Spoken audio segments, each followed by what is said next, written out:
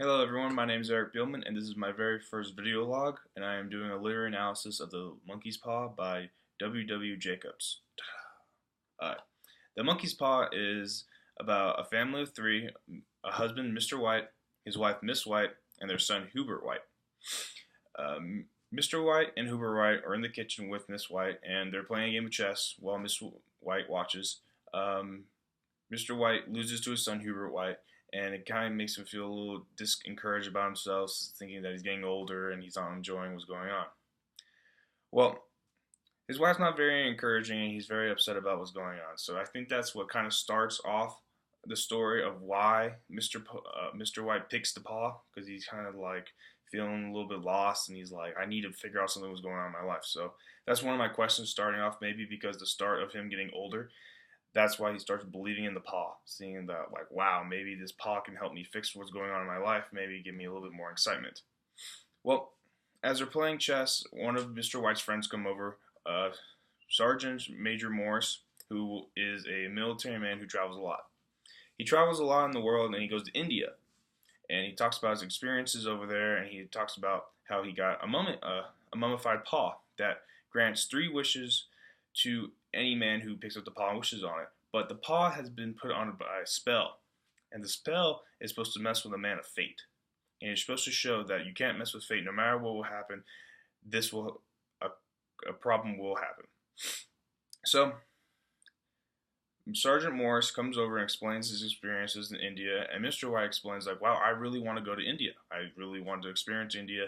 And Sergeant Morris is a little, like hits him real hard. And he's like, no, you don't want to go to India. India is really bad, and let me tell you my experience. And he does that, and that's how he experiences the paw. And Mr. White's like, nah, that's not true. I mean, it's a paw. I mean, this guy's insane. This guy's crazy. But Sergeant Morris is very afraid about the paw, and when he got the paw, one of his friends died, and he doesn't know what the 2 wishes were before, but the 3rd wish he asked for death. And that's what made Sergeant Morris scared, because when he did it, he found out how risky the paw is, and he throws it in the fire. But Mr. White stops him completely, and grabs the paw right before it goes in the fire. And it's like, all right, well, now you have Sergeant Morris is like, well, you have the paw now, so you got to do it. All right, well, I'll show you how to do it. So he tells him, you lift the paw up in the air like this, and you wish upon it, saying, I wish for a puppy, as an example. So Sergeant Morris leaves.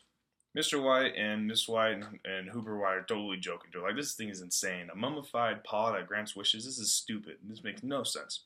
So Miss White makes a joke saying, oh, how about you wish that I have 4 hands so I can clean the house faster, yada, yada, yada. I can be super fast.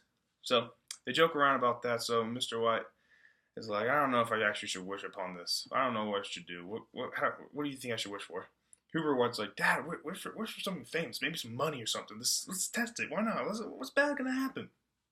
So, Mr. White's like, I wish upon this paw, I wish for 200 pounds. And lightning starts, yada yada. It's a nice little scene, but it's dark in England.